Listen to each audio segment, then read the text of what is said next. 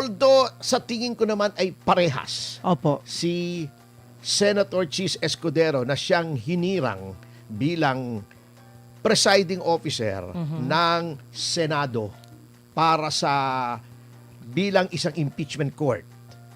May mga tao na nagke-question po ng pagtatalaga ng isang presiding officer other than the Senate President.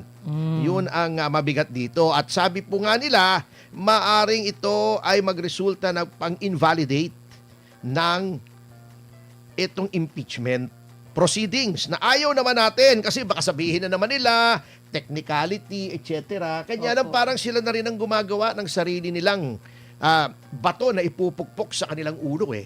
Ha? Yeah. Kita mo ha? Di ba noon,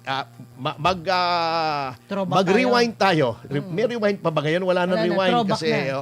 kasi hindi na siya Betamax or VHS di ba? Opo. Na nagre-rewind o cassette, di ba? Opo. O streaming na ngayon eh. Yes. Okay.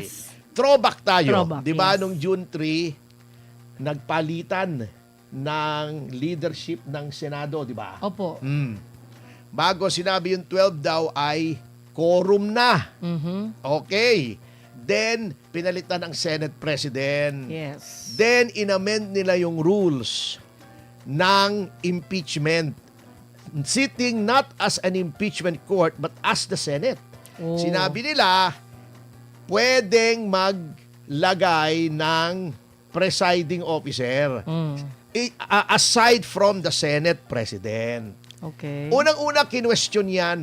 Sabi, inamend nyo yung rules, sabi ni Senator Marcos, when you were just sitting as the Senate, as a legislature, hindi as an impeachment court. Oh. Okay. May puntos naman. Hindi ko sinasabing tama, hindi ko sinasabing mali, pero may point. Yes. Number 2, yun nga, etong kahapon, inelect na presiding officer, si Chis Escudero. Ang akin lamang, gusto pala ng majority kasi naging 30 na sila, di ba? Opo. Naging 30 na sila. So, wala namang question na majority na. Opo. You need 13 to elect a Senate President. Completed na sila. Kung completed na, okay. Yun pala ang gusto nyo ang mag-preside sa Senado doon sa impeachment court. Kasi alam nyo na naman at the time na naghalal kayo ng Senate President na magkakaroon ng impeachment. Alam nyo na, di ba?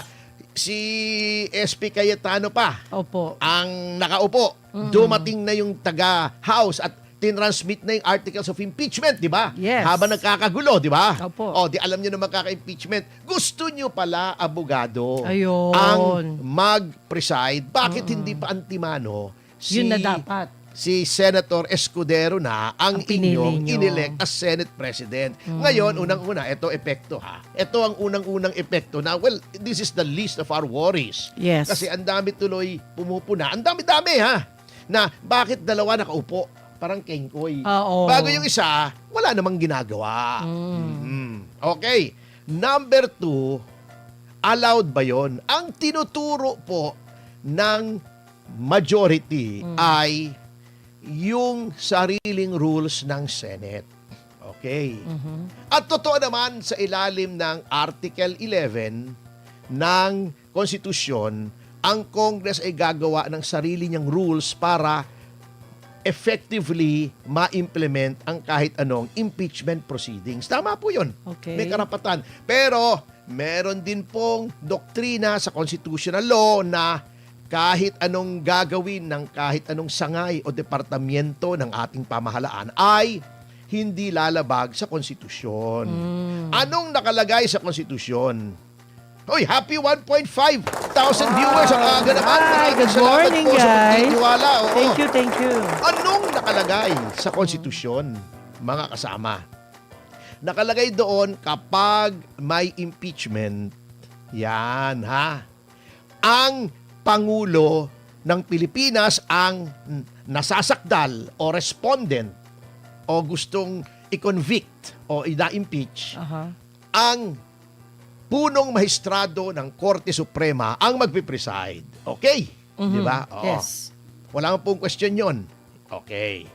Wala naman sa konstitusyon kung sino magpipreside pag hindi presidente. Oh. Yung CJ, by the way, na nagpe-preside, hindi bumoboto, ha? Opo. Oo, presiding officer lang siya.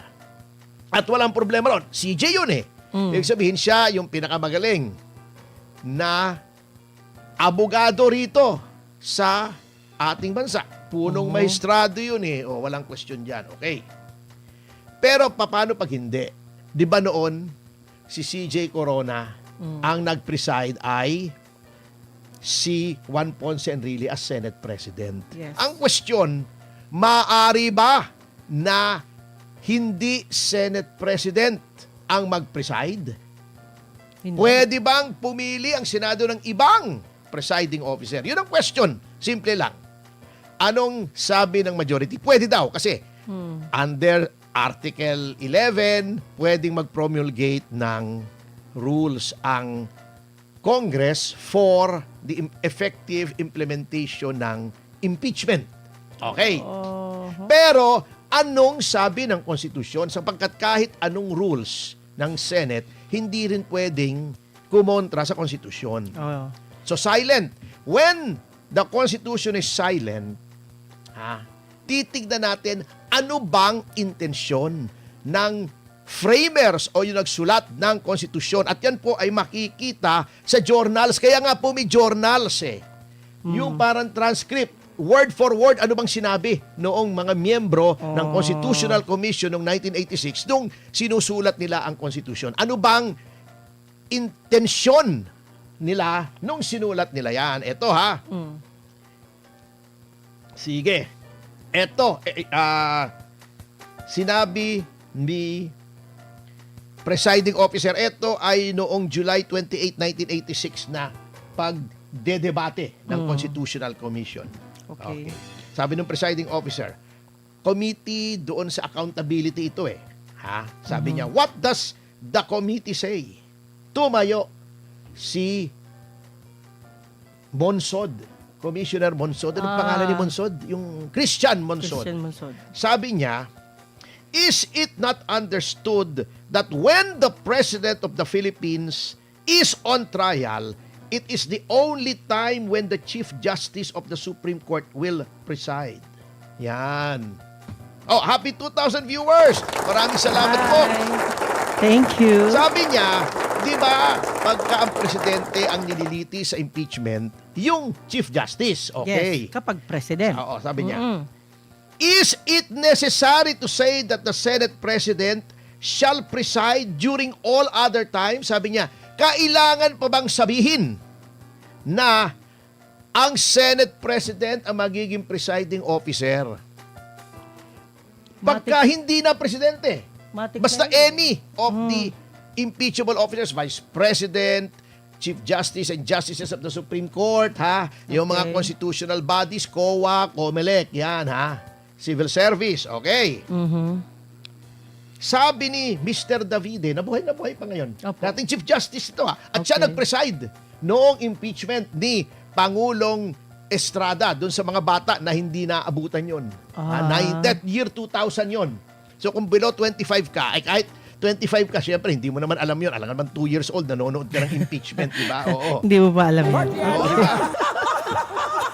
Oo, sabi niya, Mr. Presiding Officer, I precisely presented that because we had a distinction when it comes to the Chief Justice of the Supreme Court. Okay, ito, maliwanag po But with that clarification, that in all other cases, it would be the President of the Senate who will preside. Okay, yun ang intensyon ng sumulat nitong mga talatang ito sa ating saligang batas. Uulitin ko Tagalogin mo para maintindihan nila. Madali lang ito.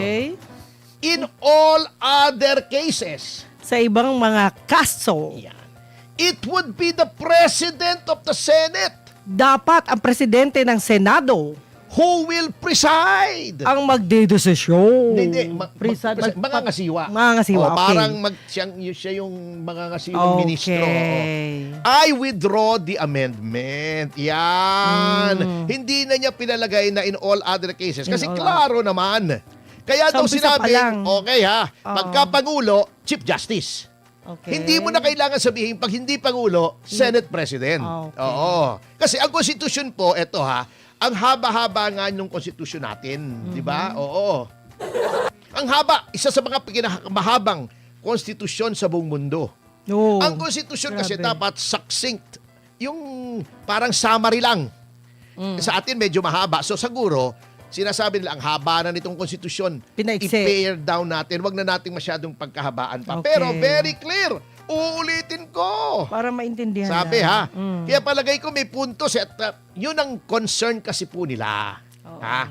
But with that clarification that in all other cases, it would be the President of the Senate who will preside. Yun ang kagustuhan ng saligang batas. Ang Ayan. saligang batas na niratipika ng karamihan ng Pilipino noong 1987. Ayun, matik na yun Oo, dapat. hindi po pwedeng kontrahin yan ng kahit anong rules ng Ayun. Senado. Yun po ang sinasabi nilang nagiging questionable. Yun nga, nahihirapan nga po kasi, bakit kasi nagkaroon pa ng ganong komplikasyon? Bakit kasi antimano, hindi na lang si Chis Escudero? Oh, Ngayon, magkakaroon ng question. Yun naman pala. Yun ang mabigat. Mm-mm. Anyway, mabalik tayo roon. Eto naman, kaya ako naman nasabing wala namang problema kay Chis except for the constitutional dimension noong kanyang pagkahalal bilang presiding officer nitong impeachment court. Kasi maayos naman ang kanyang mga rulings. Oo. Unang-una, nilay down na niya yung pundasyon ng botohan. Sabi niya, the Constitution is clear. Conviction requires a concurrence of 2/3 of all the members of the Senate. Yan. Saying that 16 ang kailangang boto. Yan. Okay. At maganda rin yung ruling niya kasi eto ha, noong nag-motion si Luistro, eto yung sinasabi ko si Luistro, di ba? Paulit-ulit natin Opo. sinasabi. Si Luistro, ba't pumunta sa screen yan? Kapag Nasunog, nabara. siya ay akala mo magaling kung hindi ka magaling. Pero pag magaling ka, alam mong hindi siya magaling. Yan. Oo. Hoy, happy 2,500 viewers po. Hi, Napakaganda naman. thank you, Maraming guys. salamat po. Maraming salamat. Ha? Okay. Mga kasama, eto ha, si Luistro ay bigla nag-motion. Ang sabi niya, i-arraign daw. I-arraign si VP Sara Duterte sa mga tuwid bagay, hinalin tulad niya yung impeachment court sa hearing sa criminal case. Sabi niya, dapat daw basahin Muli. each and every article of impeachment at mag-enter daw ng plea. Guilty or not guilty. Sabi ni Attorney Season, yung abogado ni VP Yun. Sara, yung lead counsel, Yan ang magaling. yan. Sabi kasi ni Luistro, Rule 7 daw, may sinasabing failure to appear, failure to file an answer, there should be an entry of plea of not guilty. Ayan. Sabi ni Attorney Sheila Season, Ito, magaling to. bakit daw humihingi ng arraignment o entry ng plea of not guilty si Luistro? Kasi sabi niya, walang suporta sa rules yang sinasabi mo, Manay, sabi niya. Kasi yang plea of guilty or not guilty, kapag ang respondent sa impeachment trial ay hindi sumipot, either by himself or herself or by counsel, at hindi nag-file ng answer. Yun. Okay.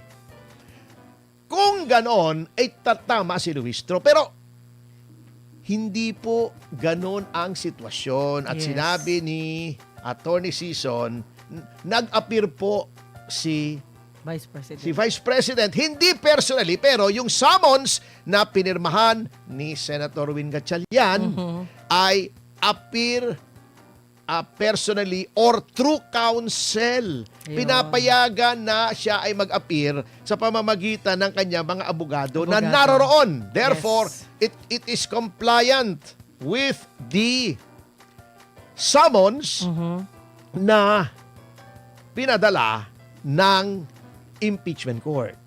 Number 2, may answer naman.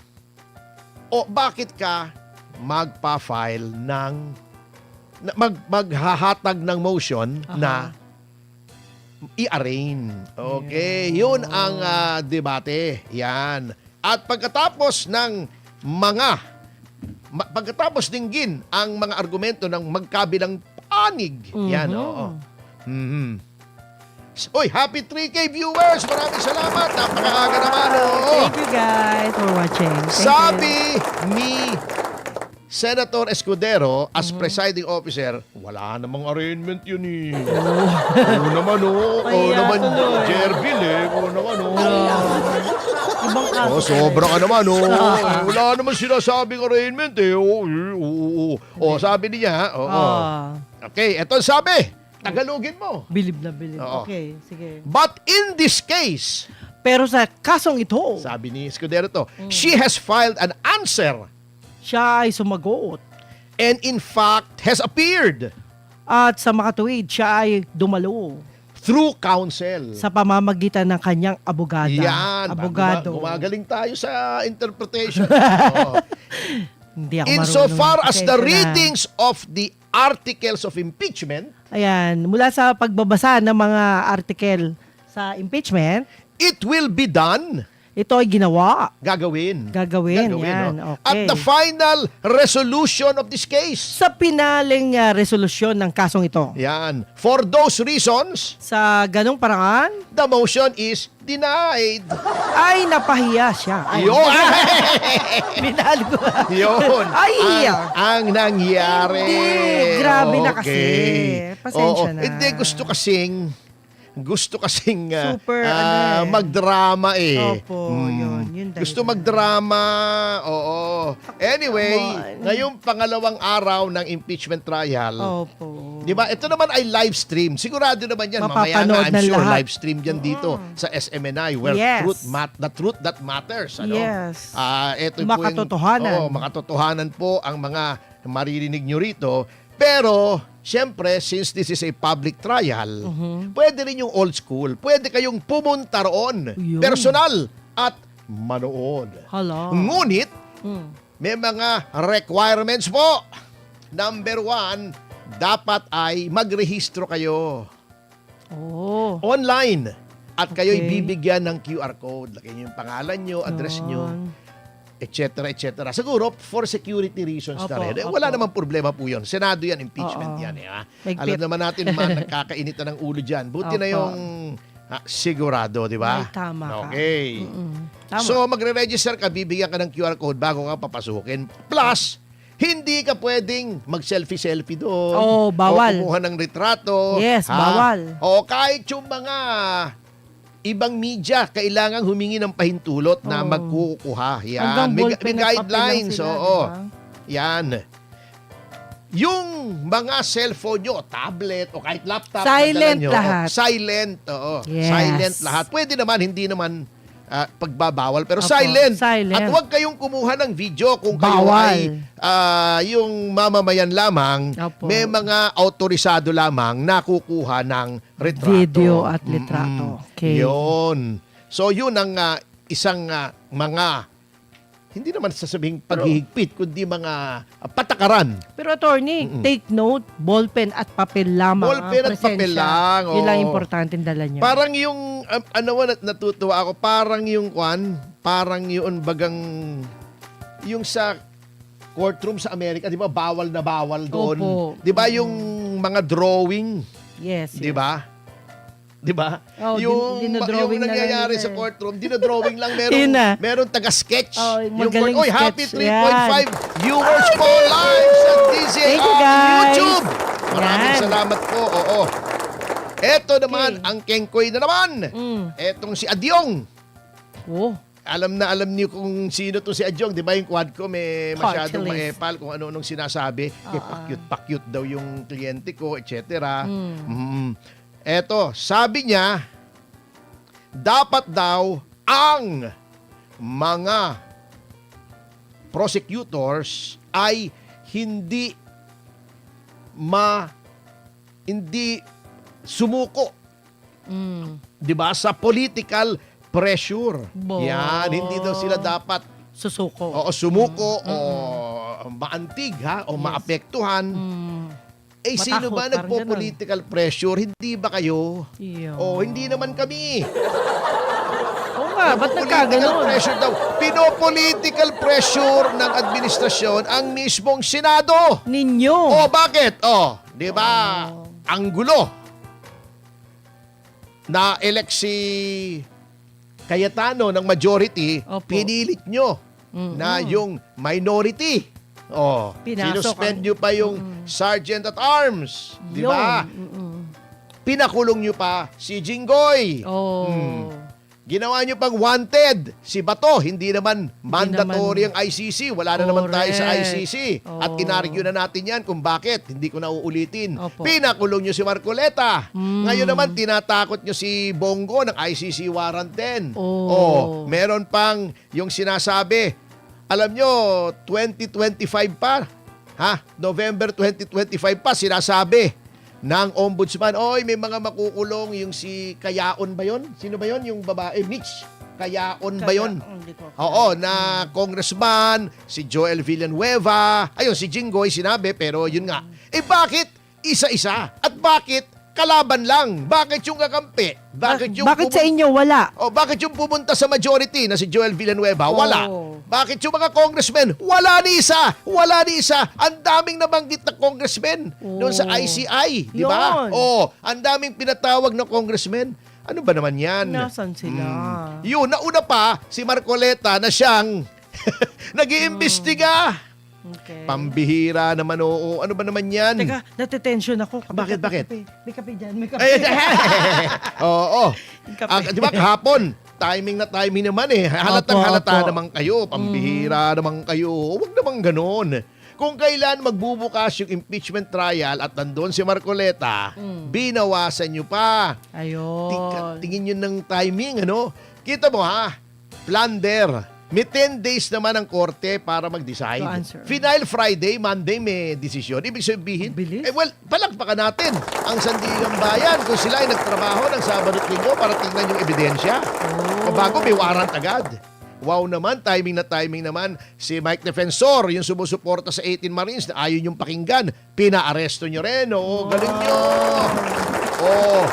Anong kasalanan ng tao? Nagsabi ng totoo. Nagsabi ng totoo. Tinutulungan yung mga gagawin nila. nagsasabi ng totoo. Tinulungan Opo. si Gutesa. Tinulungan yung 18 Marines. Ayan, nakulong yung tao. Kawawa naman. Oo. Sinisira nyo yung buhay ng mga tao para lang matakpan. Sa bagay, alam nyo, ilagay mo yung sarili mo sa lugar nila. Kung daan-daang bilyon talaga yan, kahit ano, gagawin ko na. Pero Opo. ako, hindi ako ganan.